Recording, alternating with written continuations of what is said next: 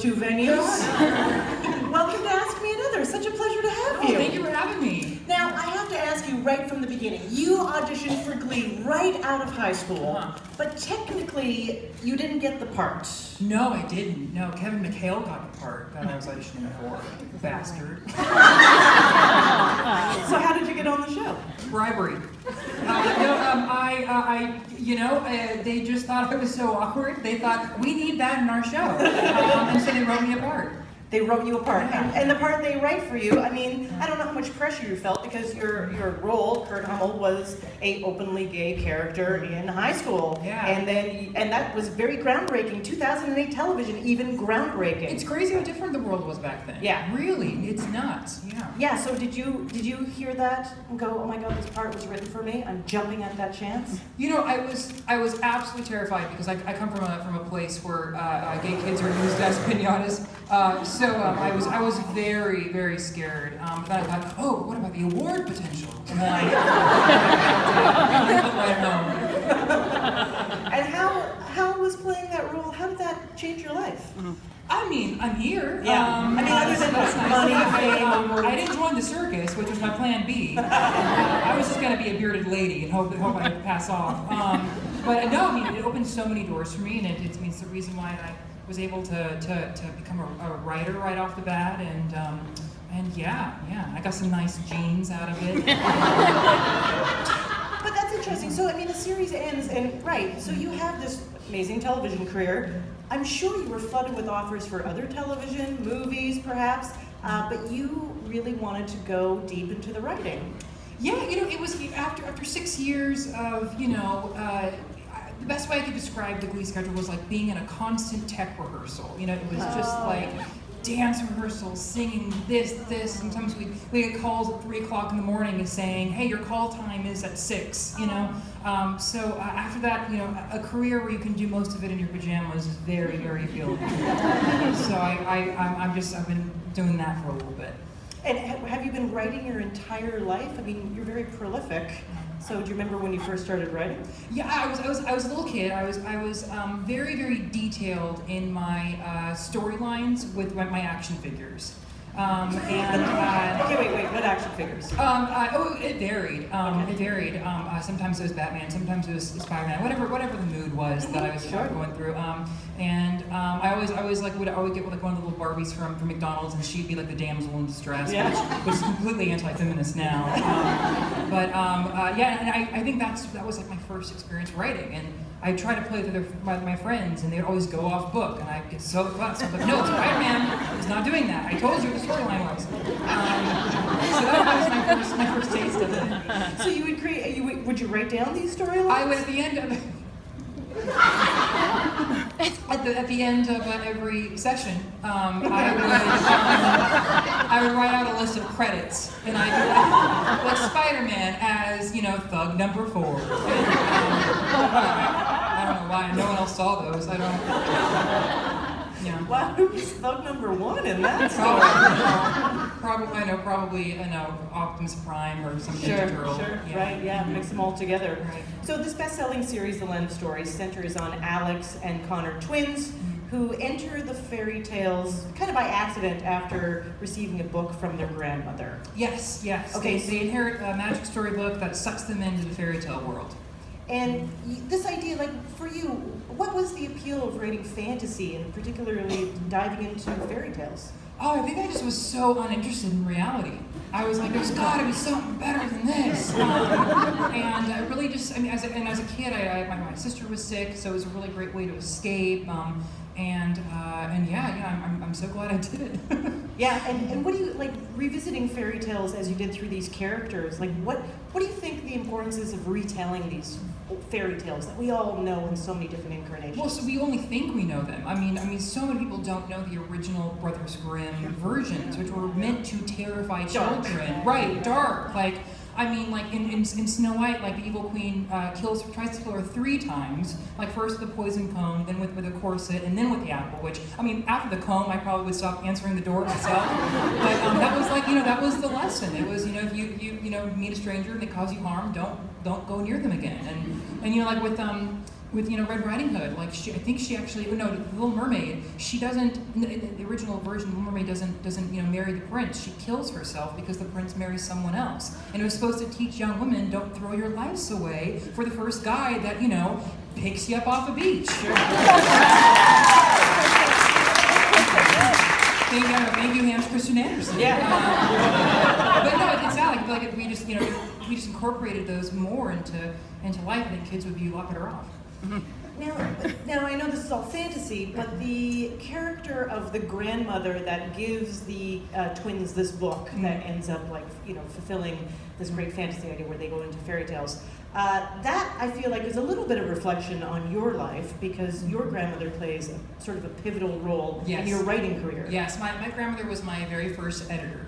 And when the land stories first came to me, I was about 7 or 8, and I tried writing a novel then. It was very hard. You tried writing this novel? I did, yes, and I did not know enough words to make it happen. And I would just sit and stare at my mom's computer screen, and be like, I've used the word "the" 14 times.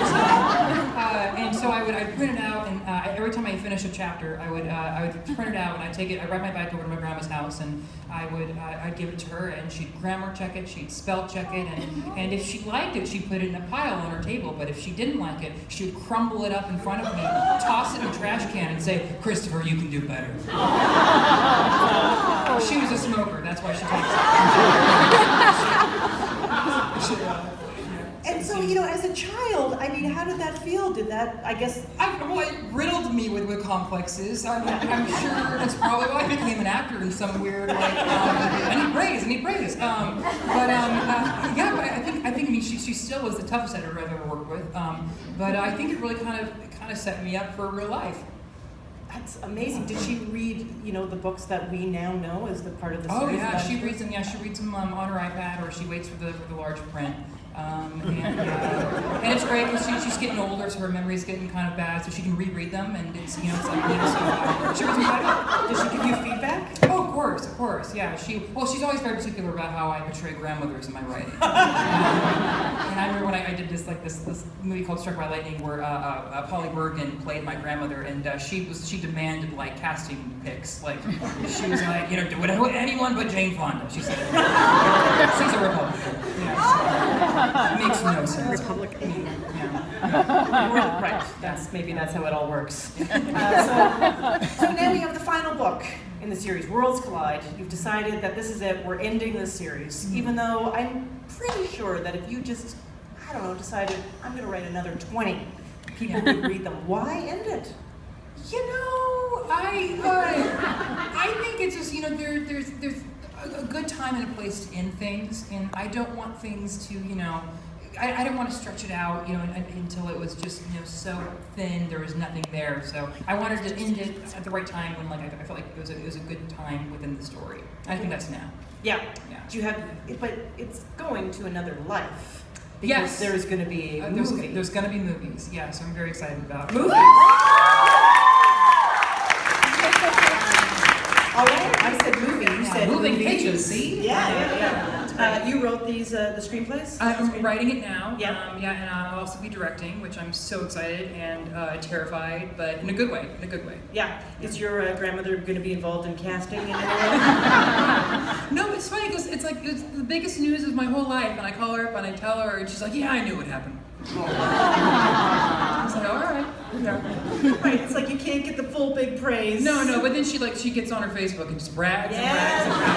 brags. Where's that into my face? Gosh. Well, this time I don't think you love me. And she's like, I got 2,000 likes. Right. From various tea parties. Parties. Now, I watched a bunch of clips of you preparing to talk to you, and I'm sorry. But it gives me, it gives me great joy to be able to say this on the show because I've never met anyone before that I could say, so it seems like you're a pretty good ninja. Thank you. Yeah. That is the first time I've ever been complimented about about my ninjutsu. Yeah, I mean, you're skilled with the Japanese sei swords. Is that Sai sai? I'm swords, sorry. sai swords, yes. Yeah, you spin them and. I spin them. I catch them. I drop them on my foot. I do. I'm actually very, very good at it. So look it up. Very good. And also throwing stars. Throwing stars, as I call ninja darts. I call Ninja them. darts. Yeah. Okay, so how did that particular hobby of yours begin?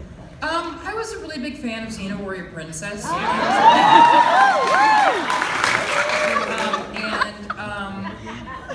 And looking back now, it all makes sense.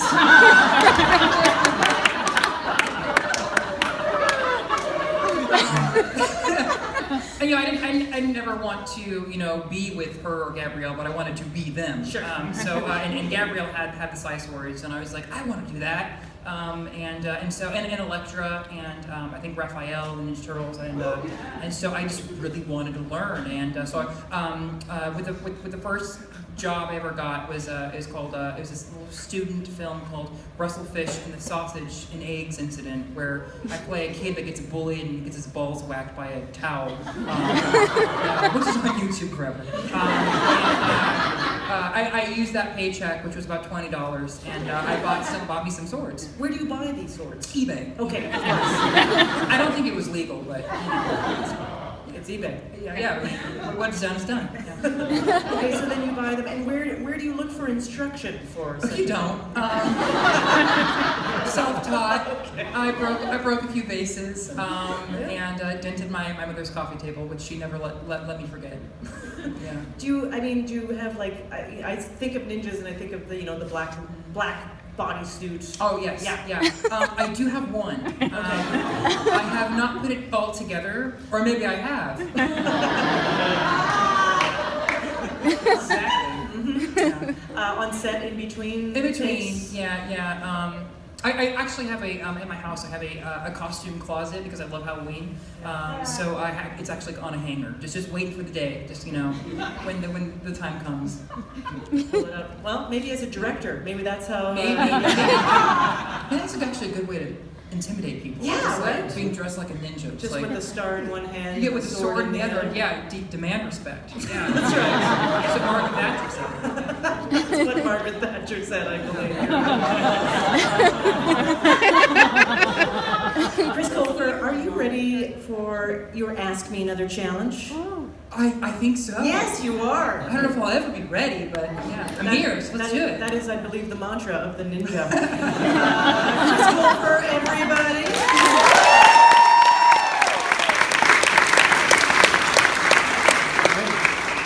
So, Chris, you have I would say, complex relationship with fan fiction.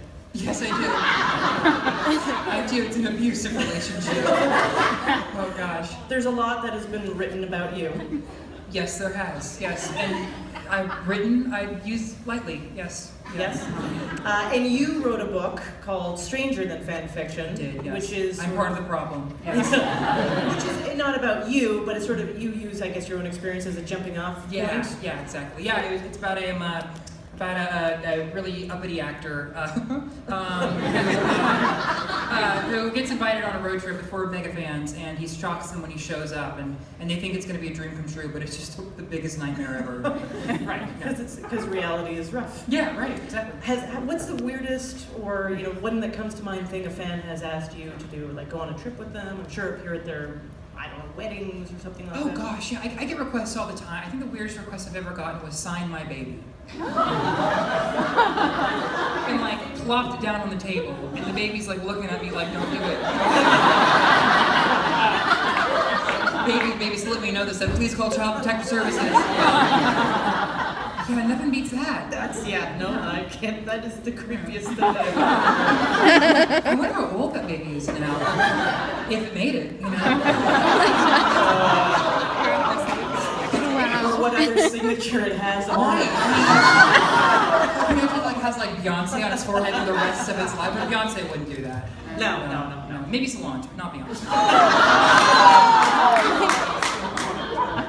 No, I love both of them. Please don't turn me in. Perfect. So in this game, we have written our own fan fiction. You just have to tell us the original works they are based on. Okay. Okay? Okay. And if you do well enough, Troy Atkins from Saratoga Springs, New York, is going to win an Ask Me Another Rubik's Cube. Oh no, the stakes. Yeah, I know. If you need a hint, our puzzle guru Art Chung is standing by to help you out. Great. Thank you. All right, let's give it a shot. Without her glasses, Velma could barely make out the figure standing before her. The person was blurry but familiar and unmistakably sensual. Velma, it's me, the figure said. It's Daphne. Oh, I'm sorry, I just got wrapped up in it. That was definitely Scooby-Doo. Yeah, that's right. Coming to my iPad later. Leave the glasses off, Velma. It was the eve of revolution. Aaron Burr and Hercules Mulligan hated each other, but tonight they were lonely. And they were ready to raise more than a glass to freedom. The British are coming. The British are coming.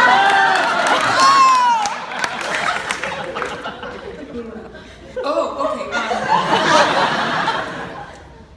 Well, if it's fan fiction, is it Turn? The show about Aaron, is that about Aaron Burr? Are you serious? Just something simpler. Simpler. Yeah. Oh, is it just world history fan fiction? Oh yeah, I mean, like, just think like the most popular incarnation out there right now. Oh, duh. Yeah, 1776.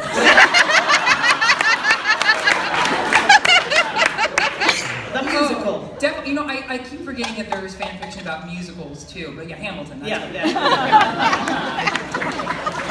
Fan fiction about everything. Fan fiction about like stereo instructions. The mic said to the speaker. There is no fan fiction about that I know about NPR personalities. Yet.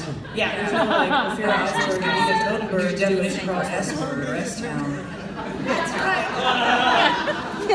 After a long day of sparring on the mascara, after a long day of sparring on the mascara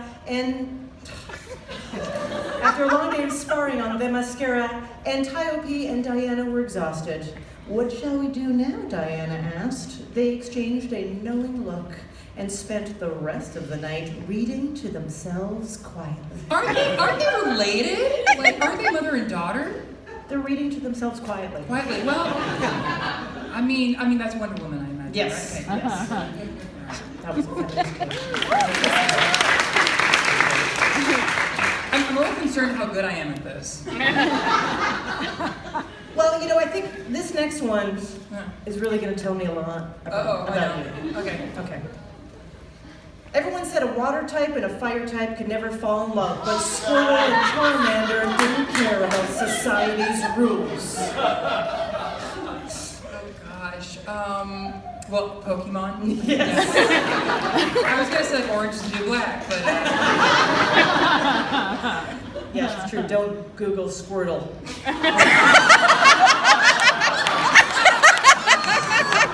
I'm gonna do it now. Okay, here's a few more. My mind races as the host approaches my team. My brothers and uncles jump and clap. I stand frozen. But in my heart, the survey says, Steve Harvey, you're my father. Oh my god, please tell me it's a sequel to like Slumdog Millionaire. Like, well, Family Feud, obviously, but oh my god. Family Feud even Steve Harvey isn't safe. Gosh. We were going to change that last line to Steve Harvey, you're my daddy, but that sounds weird. All right, we've got two more. When he heard the show was doing a segment about couples yoga, Matt Lauer expected to be paired up with Savannah Guthrie. But now, as two strong arms caressed his own, Matt gulped. He never knew Al Roker like this before.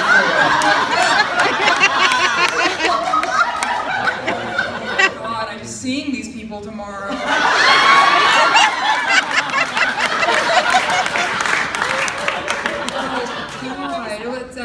Today show. Yeah, it sure is. It's based on a segment they do called "Where in the World is Matt Lauer's Wife?" Yeah. Wow. It's a good question. She needs to get rid of this. Okay, here's your last clue. The choir room door burst open. Standing there was Harry Styles, flanked by two intellectual property attorneys. Turns out the high school's club's name, New Directions, was too similar to his own band's name, One Direction, and he was ready to go to court. Oh, is it Law and Order? I feel very lucky that lawyers actually don't write fan fiction, but... That we know of. You don't that we know know. of, They you're could right. like go home and just go to town on it. Well, obviously that was Glee. That is Glee, of course.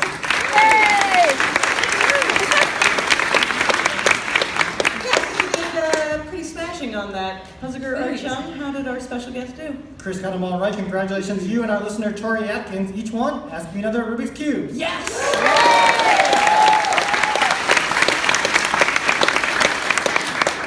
You're amazing. Thank you so much for being Oh, part thank of you so our much for show. having us. Yeah. Thank you for having me. Thank you.